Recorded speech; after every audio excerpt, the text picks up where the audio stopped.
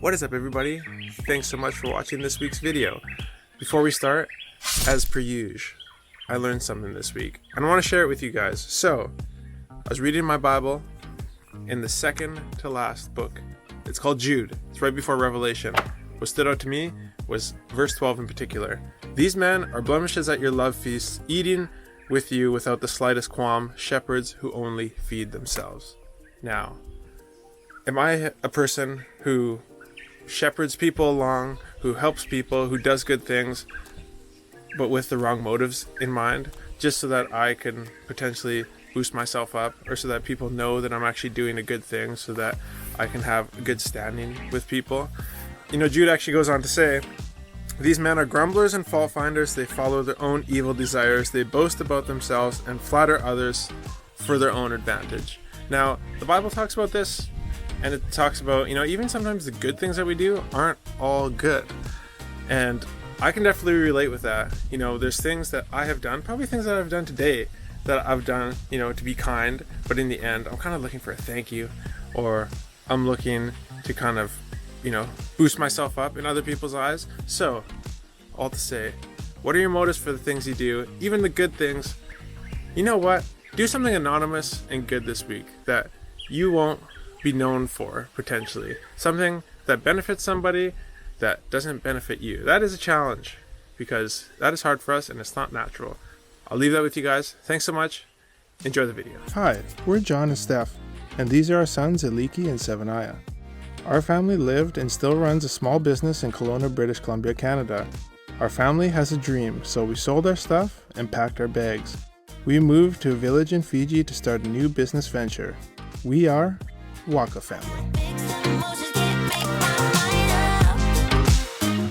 Good morning, everybody. So I'm going to run through this really quick. I'm going to try to show you how I transferred the map image into an electronic file so that we can walk the border for our leases, because the TLTB, or the lands department, basically, they used to come around and actually stake your boundary for your lease or for your land. They don't do that anymore. So what I had to do was they gave you a paper map. So what I did was I scanned an image of that. So you're gonna have to scan an image of your paper map. Then you upload it into a program like Photoshop, create a transparent background, so that you can then create an image overlay in Google Earth, as you see here. And so this image overlay is transparent, and so I basically, so it has all the lease boundaries. So I traced all the lease boundaries. And then what you do is you go to your corners and you put in these little place markers. And when you get to the place markers, once you put them in, you can pull up your latitude and longitude. And then what I did was I transferred that into Google Earth Online and traced a line here, as you can see, and that you can export as a KML file. So what I did was I export as a KML file. We use Apple products, so I was just able to airdrop that bad boy into my iPad, and I'll show you here. And then in Google Earth on my iPad, I was able to put it here, and then when I go walk the boundary in a couple minutes here, I'll be able to keep track. We'll put stakes in and we'll be able to know exactly where our boundary is. So I hope that helps. You have to have the map. You're going to upload it into a program that you can create a transparent background. You're then going to upload that image, which is usually a PNG file, into Google Earth as an image overlay. Then you're going to trace out the lease boundaries in Google Earth, and on each of the corners, or each of the places where the direction changes for your lease boundary, you're going to put a place marker. You're going to transfer those latitude and longitude place markers into Google Earth Online or Google Maps, and then put that onto a tablet that has GPS on it, and then you're going to walk your boundary. That's how I did it. I hope that helps somebody. If it does, very good. We're going to go walk this thing now. It's going to take a while. We're going to stake it, and then I'm going to have some guys come in and clear the boundary. We're going to put a fence in. This is going to take a long time. Let's do this.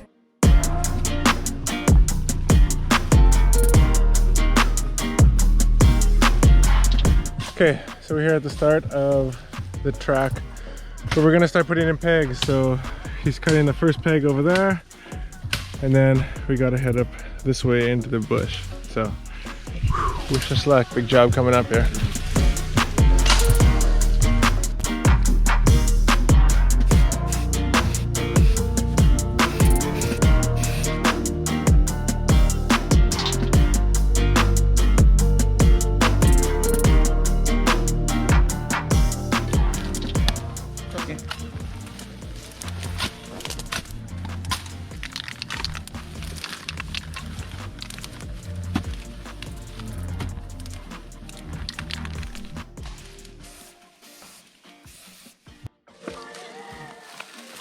So you can see here, we are, it's hard to see. So we're walking this line right here. This is where we started. This is where we are. So we're about 2/3 of the way. But man, hard work, lots of sweat, hot today. Everything is just soaked. Time for a suki break. Yeah, suki break. And then we'll keep going. Fiji, man.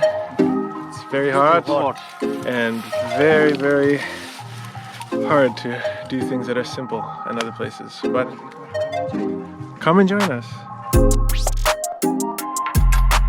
So we just reached the corner of the lease, the back corner. So we finished the first line that goes up through here, and now we gotta set the back boundary. So we gotta walk.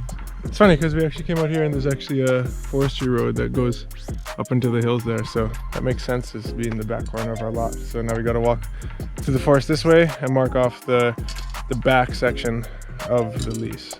So good progress.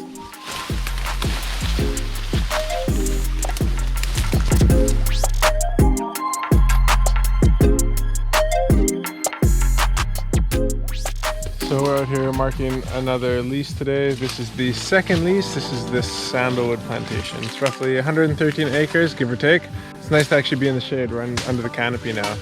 And yeah, actually there's so much to learn under here too. Like, well, the trees actually just up the way, we went past like an old ancient like village site. You can see like the rocks stacked up in squares where there would have been huts and stuff. And then yeah, here we have like an old school, like, it's a tree that would have been used back in the day for a clothespin.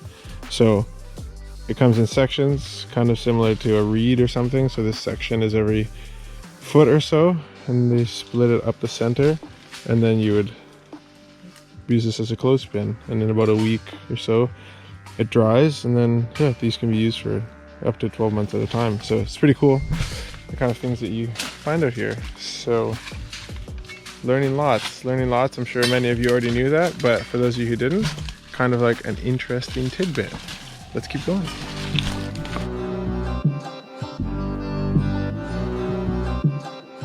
So here is the tree.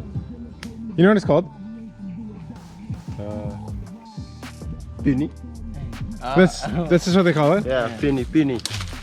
Okay. How we call pieces. And we cut it pieces.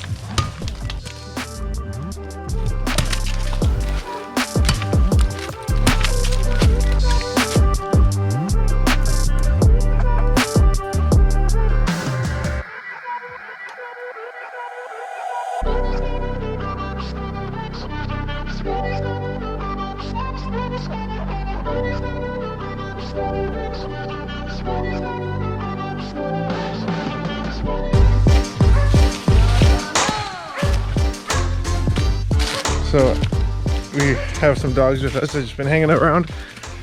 One of my guys' dogs here, and they just started barking. I think I found a pig. They trapped a pig. So let's see what's up. This is firsthand. We didn't plan on this. Check it out. Oh, here we go. Looks like we're having pork tonight, baby. Timmy! Yeah. It's real live action. We didn't know this was gonna happen.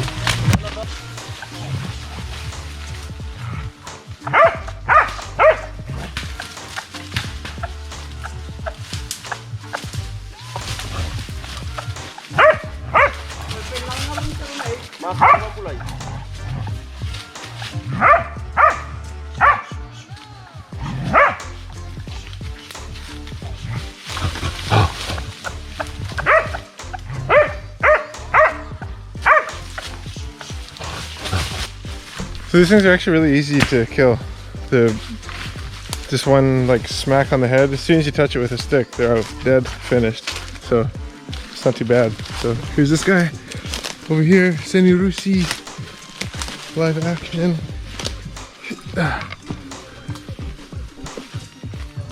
Another one.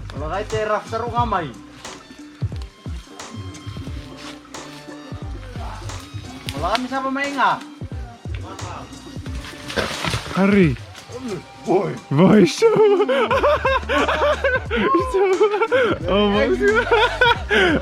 Oh.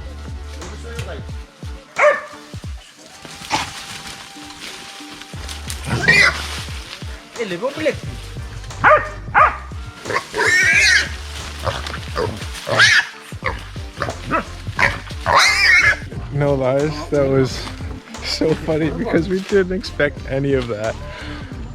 Oh, but seriously, like when you're out in the bush, in the jungle, you learn so much, and then you have all these unexpected moments that are just awesome. Oh, this is what you live for, man. This is what you live for.